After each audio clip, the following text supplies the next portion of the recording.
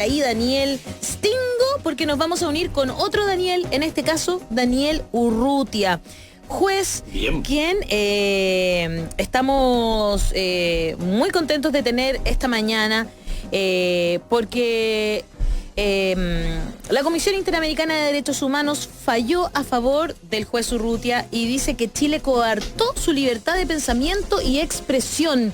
Tremendo fallo, y queremos conversar entonces sobre derechos humanos esta mañana con el juez Daniel Urrutia. Bienvenido a La Voz de los que Sobran. Muchas gracias por recibirnos.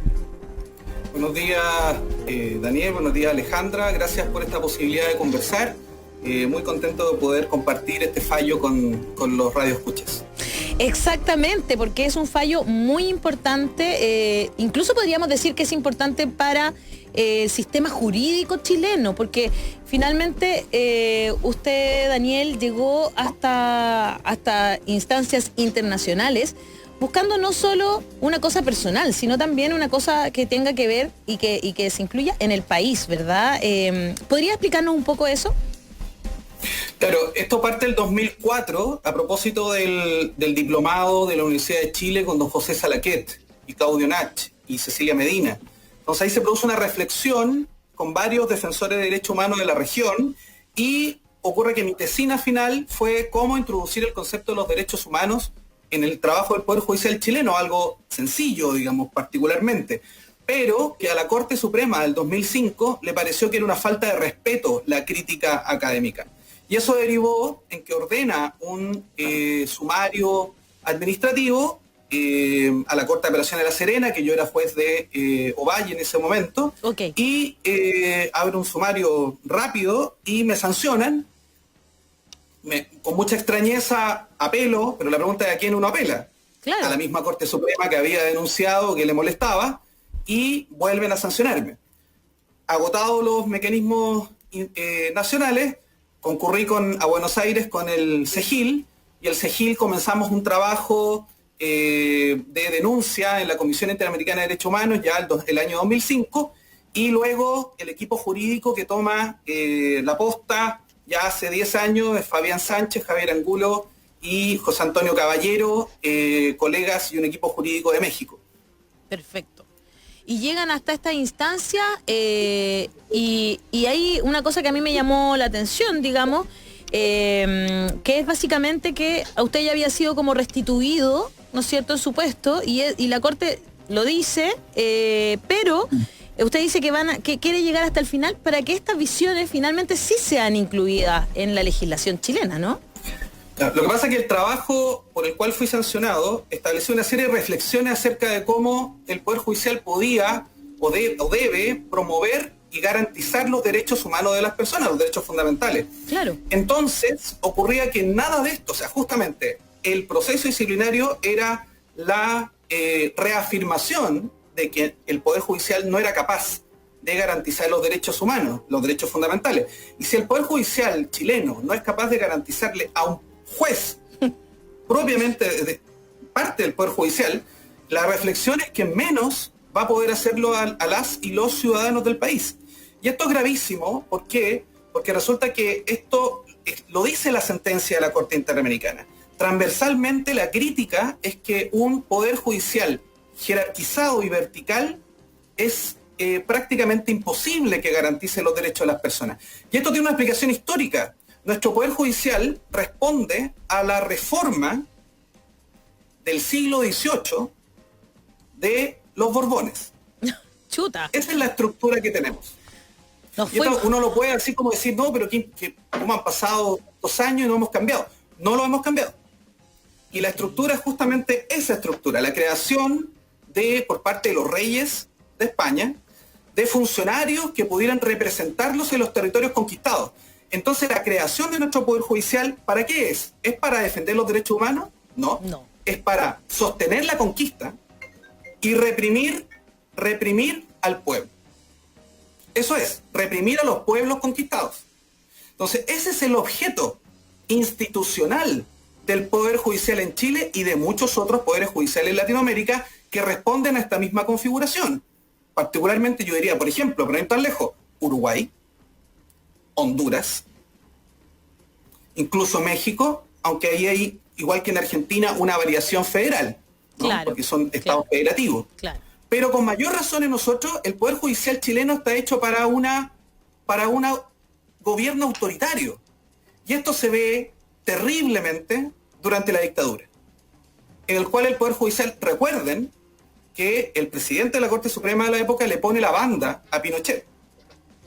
Claro, y es lo que usan de hecho ellos como siempre como fundamento para decir que no fue una dictadura. Justamente porque el Poder Judicial se mantuvo. Los tribunales funcionan. Claro. Los tribunales funcionan, ¿no? Exactamente. Entonces eso es muy complejo. Sí, por favor. Magistrado, a ver, cuando una vez yo hablando con un experto en derechos humanos nos decía, y esto lo he repetido 20 veces pero no me canso de repetirlo, que cuando termine una dictadura, en materia de derechos humanos lo que tiene que pasar es verdad, justicia, reparación y evitar repetición, ¿ya? Entonces uno puede decir verdad, bueno, hubo comisión Valech, hubo comisión, las que hicieron la comisión Rettig, eso. Justicia en la medida de lo posible. Bueno, el propio presidente de esa época dijo en la medida de lo posible, pero por último hasta el día de hoy hemos seguido con eso, etcétera, etcétera. Reparación también había, ahí está sí, la comisión Valech, etcétera, etcétera. Pero evitar repetición, según este experto en derechos humanos, decía que tendría que haber sido la intervención de las policías y la intervención del Poder Judicial. Y esas dos cosas no se hicieron.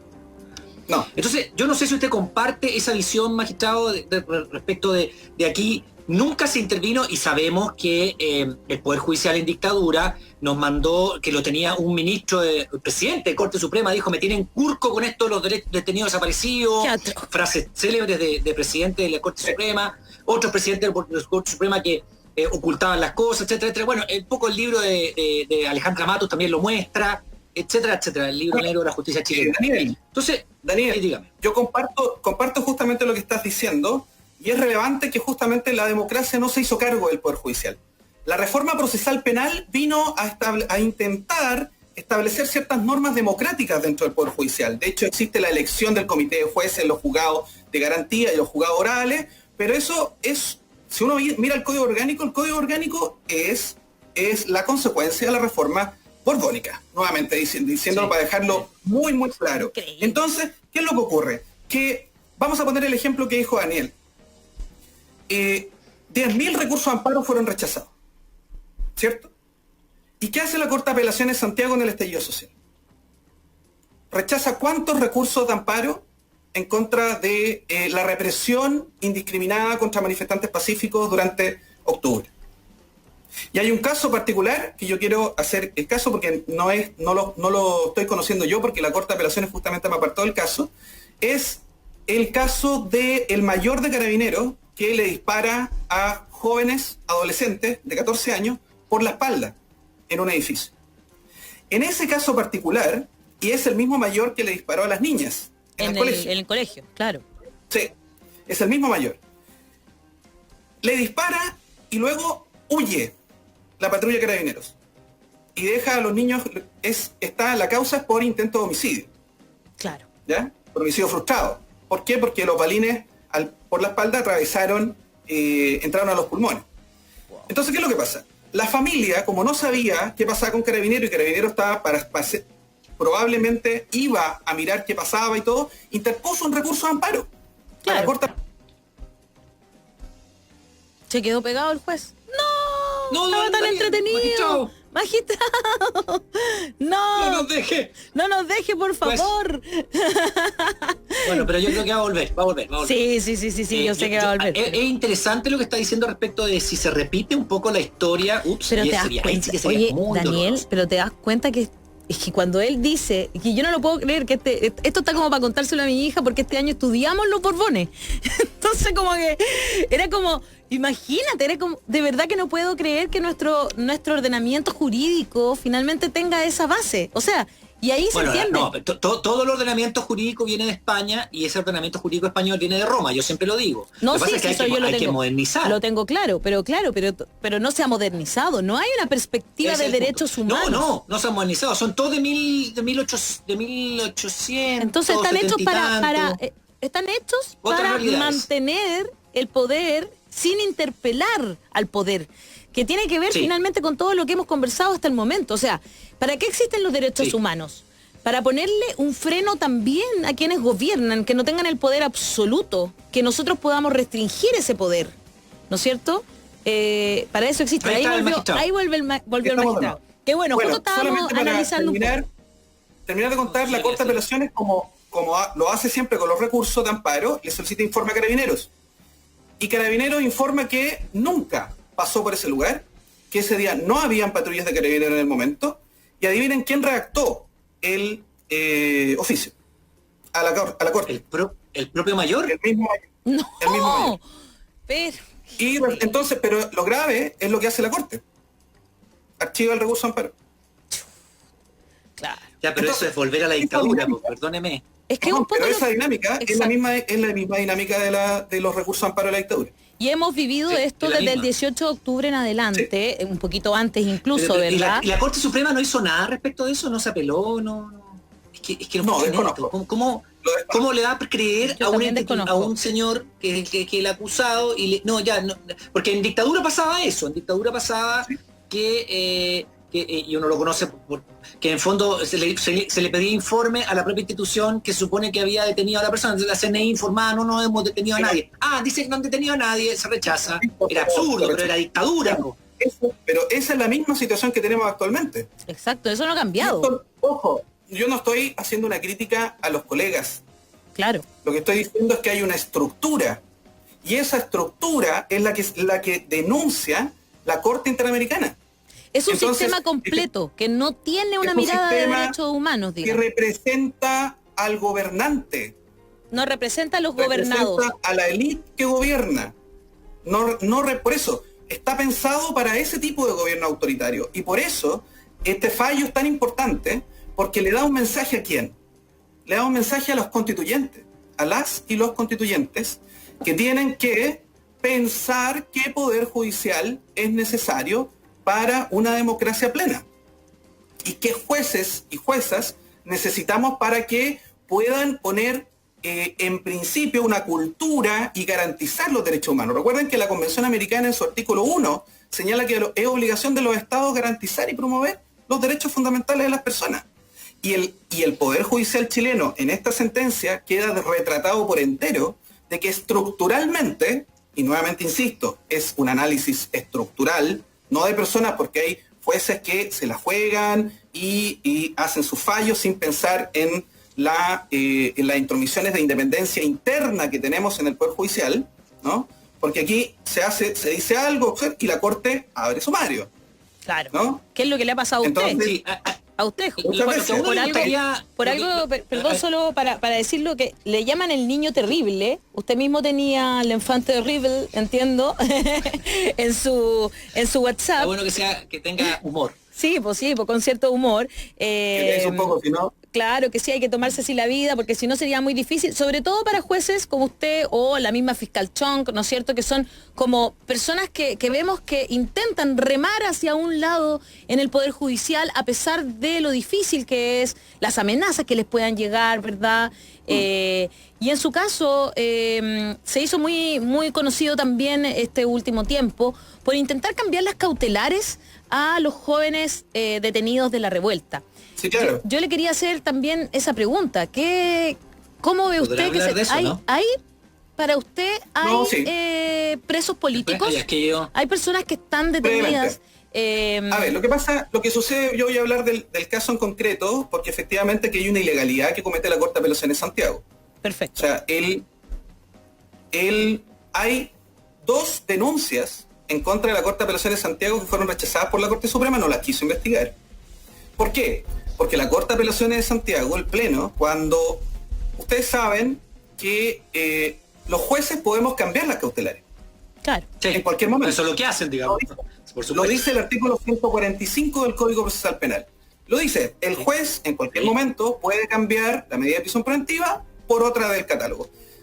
Y lo que hice el 25 de marzo fue ejecutar el artículo 145 en una resolución razonada, en una resolución establecida en base a ¿qué? Al decreto de estado de catástrofe que señalaba la existencia del COVID y por lo tanto que había que tomar medidas para efecto de proteger a las personas. Y en la cárcel es el reservorio de las enfermedades. O sea, de hecho, nosotros en las cárceles tenemos tuberculosis endémica. Entonces era evidente que había que hacer un trabajo de depuración de los que estuvieran en la cárcel, solo los que era extremadamente necesario que estuvieran. Los demás tenían que salir. Y justamente aquellos acusados por desórdenes públicos, sin antecedentes anteriores, es razonable que esperen en su casa. Eso es todo. No era ni más ni menos, claro, ni esto ni era una decir que eran cosa no hagan los inocentes, tribunales. claro. No, lo que ocurre es que aquí hubo una reacción política de la Corte de Apelaciones de Santiago. ¿Por qué? Porque, no sé si ustedes saben, pero nadie apeló a la resolución de traslado, de cambio. No, No hubo apelación. No, eso fue No, loco. Porque ¿El gobierno, perdón, el gobierno no apeló? No, po. No. Fue la Corte de Apelaciones de Santiago que se autoconvoca. Yo me acuerdo que, Daniel, Eso tú no incluso en podía ese ocurrir. momento tú dijiste que era muy irregular lo que había pasado. Lo dijiste, pero Sí, ¿cómo? se autoconvoca y hace dos cosas. Me suspende, que eso lo puede hacer, está dentro de sus facultades, pero hace algo muy grave. Deja sin efecto la orden de libertad. Sí, Y nadie puede dejar sin efecto una orden de libertad ejecutado legalmente por un juez de la República. Ni siquiera la Corte de Apelaciones de Santiago. Claro. Y eso hay un artículo establecido en el Código Penal justamente que señala esa situación. Entonces ¿Qué pasó lo hizo y le ordenó a Gendarmería que no salieran. Ahora esto es tan absurdo que 2 semanas después otro juez del tribunal le hace efectivamente lo mismo y salen de libertad y la Corte no hace nada. Claro. ¿Y en qué va ese sumario, magistrado? Estaba pendiente de resolución por la Corte de Apelaciones de Santiago. A mí me suspendieron y el 1 de junio, sin ninguna petición de nadie, de oficio de nuevo, me trasladan al juzgado de garantía de cobranza. Ya. Claro, y ahí eso es un está. castigo, básicamente. Eso, es un estaría castigo. usted como castigado, como un... Sí, estoy castigado ahí. Efectivamente, la Corte me tiene castigado. Es un castigo innominado, no existe. ¿Por qué? Porque las razones por las que establece la Corte Suprema para trasladar transitoriamente a un juez son por peligro para la investigación y por el buen funcionamiento del tribunal, que es una razón pensada sobre todo cuando hay acosadores sexuales o cuando hay acosadores laborales, para poder sacar al personaje que está haciendo ese acoso. Sin embargo, ¿Ya? al juez En este caso- de Rancagua ahí sigue. Sí, no, terrible, terrible. Y resulta que a mí me aplican esa norma de traslado transitorio y me mandan para allá. Pero hay una situación que Daniel podrá, no me dejará mentir, es que yo soy dirigente gremial de la Asociación Regional de Magistrados. Y lo que hizo la Corte es se llama en laboral, una práctica antisindical. Me traslada en forma ilegal. ¿Por qué? Porque está prohibido. Increíble. Está prohibido y está en la ley. No es el Código del Trabajo, es la ley del gremio, de los Claro, gremios. claro. Que eso es un cambio ahora hace poquito, de unos años atrás. Entonces yo le dije a la Corte, oiga, pero es que esto está prohibido, yo no le doy yo no, porque se puede trasladar siempre y cuando el funcionario esté de acuerdo, el dirigente gremial. Yo le dije que no estaba de acuerdo y me traslada igual. Y la razón que da es que dice, no, es que es transitorio. O sea, con eso Andrés Bello se dio 3 vueltas en la tumba. Porque Claro. donde la ley no distingue, no es lícito al intérprete distinguir. ¿La Suprema no dice nada de estas cosas? No ha entrado todavía al conocimiento y lamentablemente no ha aceptado las apelaciones de incidentes. Entonces, probablemente no quiere entrar al conocimiento hasta que se resuelva el asunto. Chuta. Pero es una situación altamente irregular que deberá ser corregida. O sea, si esto no puede ser. Bien. Nuevamente, lo mismo que dice la Corte Interamericana es lo que está sucediendo otra vez. Entonces, Exacto. el juez Pazmiño de Ecuador establece en la Corte que no pueden hay que tener cuidado con los sumarios con apariencia de legalidad, que lo que esconden en realidad es una discriminación censitaria respecto a jueces incómodos o que piensan distinto o que incluso les cae mal nomás a la autoridad, a esta corporación. Entonces, increíble. eso es una situación extremadamente compleja y que el Poder Judicial debe hacerse cargo. ¿Por qué? Porque nuevamente, esto no quiero señalar, no es personal. No, si es Esto un ocurre sistema. permanentemente. Es en un sistema, Y claro. justamente no hubo revisión del Poder Judicial después de la democracia. Y es una tarea pendiente porque el juez Zaffaroni, ¿qué dice? Es tan irregular para una democracia la existencia de un Poder Judicial vertical que la existencia de un ejército horizontal. El ejército debe ser vertical, de mando. Claro. El Poder Judicial no.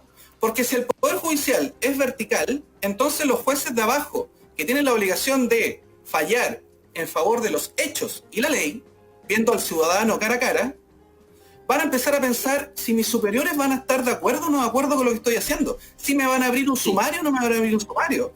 Sí, y lo peor es, y aquí viene el amarre entre la independencia interna y la externa. Si voy a estar pensando en si yo fallo, le voy a molestar al gobierno. ¿Por qué? Porque el gobierno es el que propone y el que nombra los cargos de los jueces. Y en los casos de la Corte Suprema, los propone y el Senado es el que ratifica. Entonces, ese maridaje complicado, complejo, de muchos cruces de intereses y de favores que después, además, se cobran. Entonces, es evidente que esto hay que cambiarlo. Solamente quiero dejar este caso como un ejemplo, ¿no? Claro, claro. Sí. Lo es. Yo quiero decir un comentario, magistrado. Hay una cuestión acá, y lo que diría que es lo que el magistrado habla de ese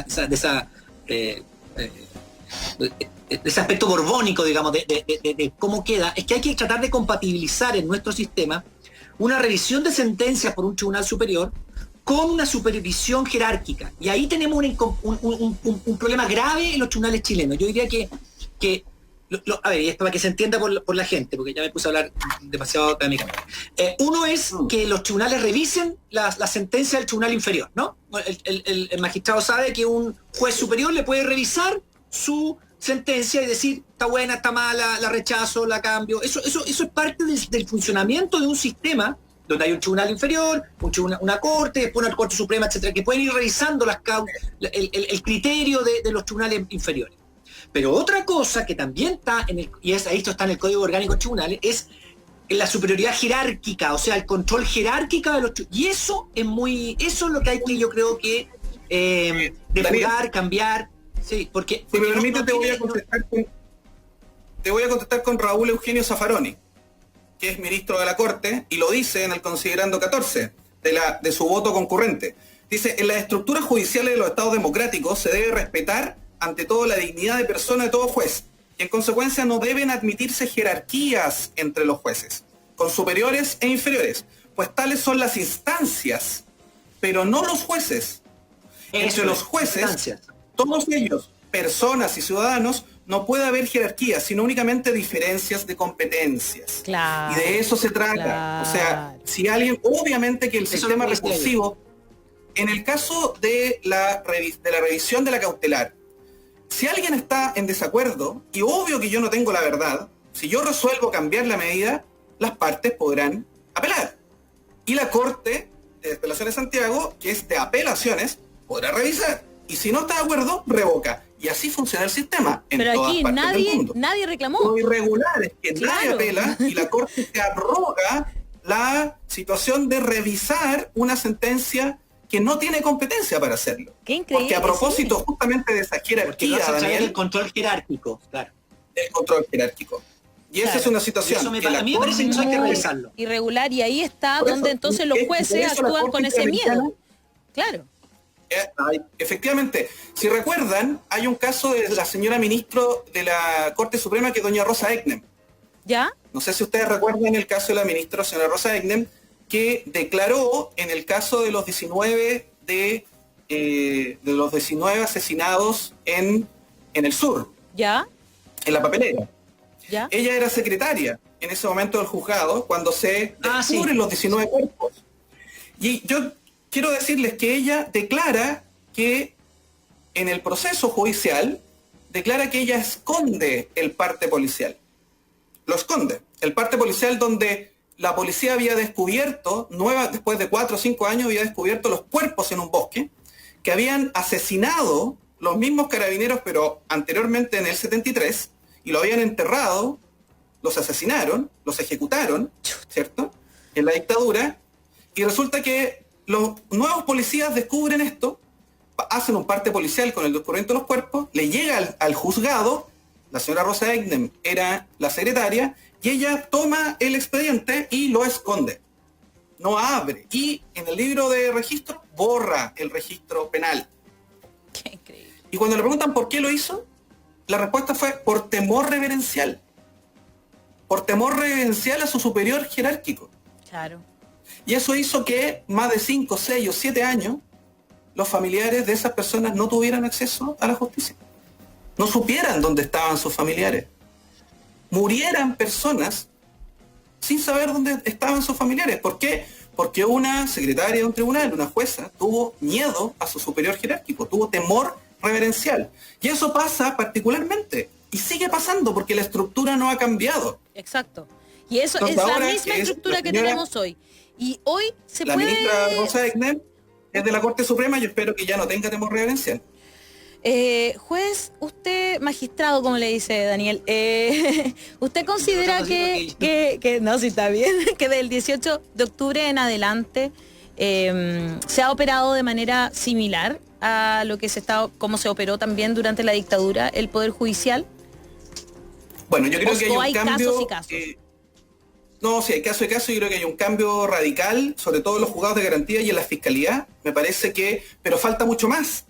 O sea, nosotros tenemos un problema grave. El problema, Daniel decía, de las comisiones de verdad y reconciliación. Rettig y Valech. Nosotros vamos a tener un problema. El Poder Judicial no está hecho para estas cosas. Para nada. No está para responder a casos de violaciones a los derechos humanos de forma sistemática ejecutadas por el Estado. No estamos preparados. Entonces, de hecho, en la dictadura todavía estamos fallando casos de hace 40 años. Sí. Y el Poder Judicial no tuvo, en ese momento, entravó la posibilidad de justicia durante muchos años y después no le dio los recursos necesarios para que estos casos fueran ágiles, sino que ahí se fueron entravando, entonces recién supimos el caso del juez que ha hecho un gran trabajo, pero está solo haciendo el trabajo Mario Carroza. Entonces no puede ser. Y lo mismo probablemente nos va a ocurrir en este caso. ¿Por qué? Porque, a ver, si condenan a alguien, a un agente del Estado por violación de los derechos humanos de octubre en adelante, la condena va a ser probablemente una pena privativa de libertad, además probablemente en libertad, ¿y quién va a reparar a las víctimas?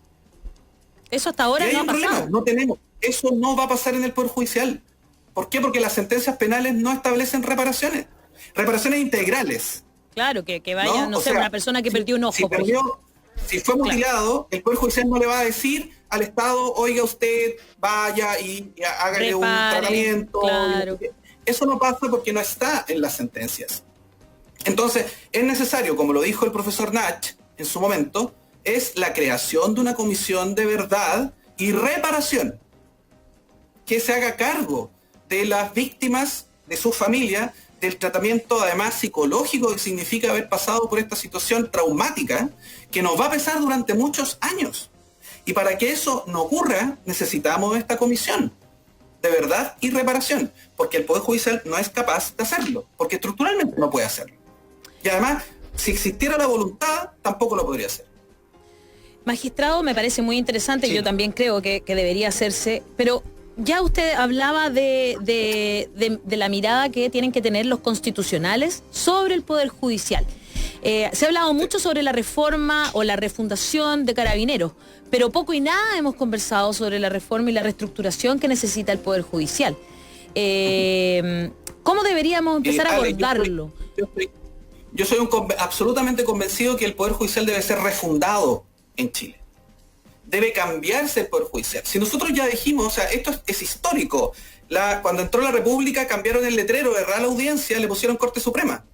Y no cambió nada. Acuérdense que hasta 1890 se siguieron aplicando las leyes de las partidas en Chile. De las partidas de Alfonso X el Sabio.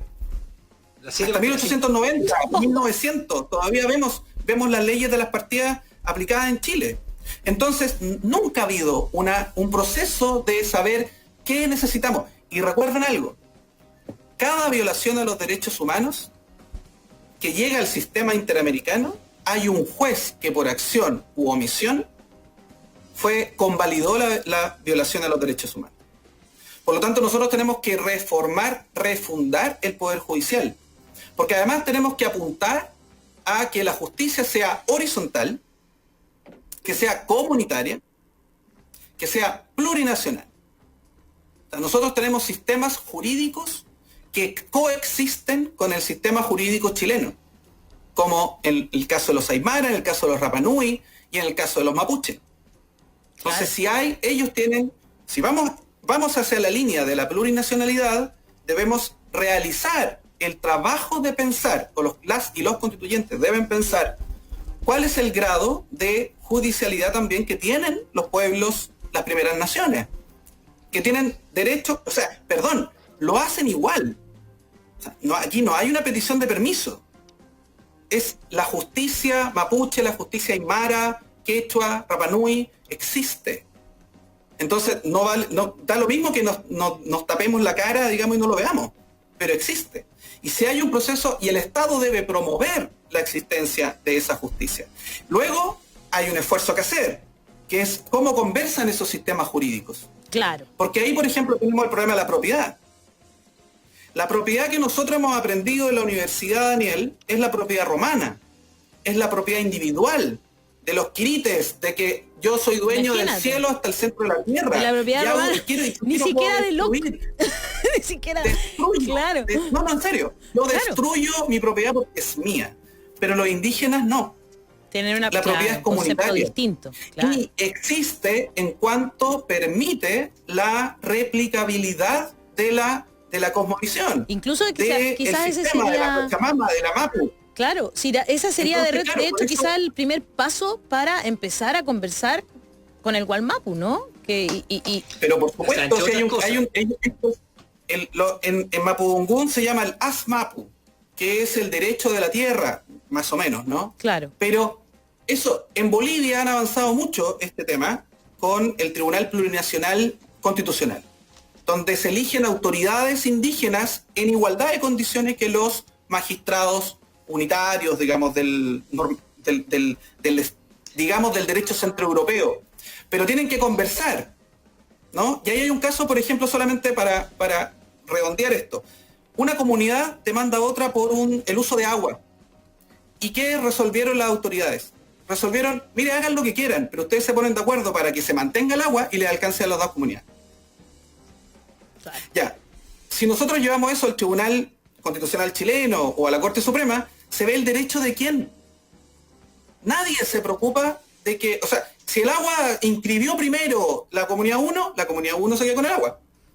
Pero nadie se preocupa de que el afluente continúe llevando el cauce. Claro. Y por lo tanto, nuevamente, que pueda cuidarse el ecosistema que sostiene la vida. Por eso los bolivianos y los ecuatorianos también, con una muy fuerte presencia aymara y quechua, relevan el principio de vivir bien, del suma causa, del buen que vivir, Mapuzungún claro. es el kume bien, el buen vivir. Claro. Entonces ese concepto no es un concepto occidental, es un concepto propiamente nacional. Claro. Y por lo tanto eso tenemos que, si queremos seguir viviendo en este planeta, en esta tierra, tenemos que preocuparnos de eso. Y eso es algo que las y los constituyentes tienen que establecer en la Constitución, de que sea necesario que nos hagamos cargo de la continuación del sostenimiento de la vida buena. Qué bueno. De la vida en equilibrio. Creo que, juez, deberíamos de aquí en adelante empezar a tener como así pequeños, deberías invitarlo a tu programa, Daniel, el de apuntes constitucionales. Sí, es que es interesante porque hay que ver reforma del Poder Judicial, ¿no es cierto? La reforma del Poder Judicial, la refundación del Poder Judicial, qué importante es, porque hoy creo que en gran parte, y quizás a lo mejor sin darnos cuenta, ¿no es cierto? Entendemos que hay un problema con el Poder Judicial. Yo creo que eso se entiende. Sí. Hay una sensación. Hay una sensación de injusticia, sí, hay una sensación de que se encarcela la pobreza, ¿verdad? De que no vivimos en un país justo. Si me permites dos cosas. La Asociación de Magistrados tiene un trabajo de hace 10 años de petición de reforma del Poder Judicial. Tiene un trabajo muy serio acerca de la necesidad de cambio. La Asociación de Magistrados tiene publicadas algunas cosas, incluso la judicatura como organización, etcétera. Pero es súper importante lo que tú estás diciendo. Generalmente uno dice, por petición de principio, no, yo confío en la justicia. Pero resulta que no hemos sido capaces de revisar en qué está esa justicia. ¿Quién está al frente de nosotros juzgándola? Claro. ¿Desde dónde viene?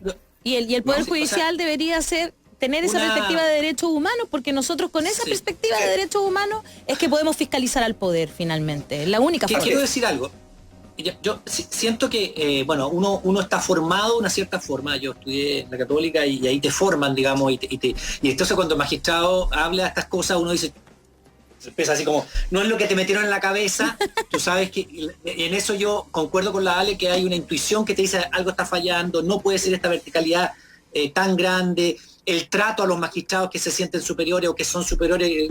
Hay miles de cosas que uno como abogado dice, por un lado, gracias a Dios me acogieron el recurso. Eso es lo que uno tiende a decir, perdóneme que hacía. Pero creo que si la Asociación de Magistrados tiene trabajo respecto a la búsqueda de una justicia más horizontal, en que se diferencie la revisión de sentencias por tribunales superiores como una pega, nomás una instancia, y terminar con este control jerárquico que yo creo que debería hacerlo, porque el control jerárquico tiene que estar, pero no por miembros yo creo que tiene que estar en otra instancia, el magistrado que se desvía de su función. Claro, otra instancia, y no la Corte Suprema, porque al final entonces todos empiezan a tenerle miedo y uno percibe. Y uno percibe, yo le voy a contar una anécdota, magistrado. Uno va a la corte, bueno, no sé ahora porque hace tiempo que no voy, pero uno iba a la corte y había un niñito que se sentó en una escalera. En la escalera de la corte. Y vino un gendarme y dijo, levántese de ahí, no puede estar sentado acá en la escalera de la corte. Y dije, a ver, ¿qué le pasa? Ese niñito es un niñito chico que no tiene nada que ver acá con toda esta boato y esta estupidez que tenemos todos nosotros. Pero el niñito está cansado. Es que no puedo permitirlo porque si no me retan a mí, no se puede sentar en la escalera. Claro. Esa es perdón, esto ya puede ser absurdo incluso, puede ser... Pero a eso te refieres, claro. Lo que refleja que en el fondo es un poder judicial o una corte ese o temor. unas cortes súper separadas de lo que lo que decía usted, una justicia comunitaria. O sea, debería ser acogida, debería tener como tienen los tribunales de familia, lugar para que las mamás dejen sus hijos. Y eso lo quería hacer. Porque en el fondo esa es una justicia que está cercana a los chilenos, y no este boato que existe ahí, que el golpeteo, que la causa no sé cuánto, toda una cuestión que tú dices, yo voy cuando tengo que ir porque me lo tengo que bancar, pero no una cosa que dice, pero esto está lejano al funcionamiento de los chilenos y chilenas de calle, digamos. Exactamente. Y toda la horizontalidad que usted dice, si se pudiera, sería un cambio brutal, que a mí me parece muy bueno, pero no creo que sea tan fácil. Estamos recién partiendo de esta conversación, pero me parece maravillosa y ya hemos llegado al final del programa. Tengo que despedir al juez Daniel Urrutia, que ha sido un agrado conversar con usted esta mañana. Creo que el tema de los derechos humanos es fundamental y esa perspectiva es la que debería primar en nuestro sistema jurídico, y esperamos que así sea después de que podamos refundar este país y comenzar a cambiar estas cosas que están tan anquilosadas, ¿verdad? Un agrado conversar, juez, que esté muy bien y muchas gracias por conectarse esta mañana con La Voz del Muchas gracias, magistrado. Sí, muchas gracias, saludos a todos y a todas, y el llamado es ese, ojalá puedan revisar la sentencia, y el llamado es a refundar el Poder Judicial. Necesitamos un Poder Judicial efectivamente cercano a la gente y que promueva y garantice los derechos fundamentales. Y necesitamos cambiar esta estructura borbónica, colonial, y pasar a una estructura democrática y cercana a las personas. Muchas gracias. Que esté muy bien. Chao, chao. Increíble, he quedado con el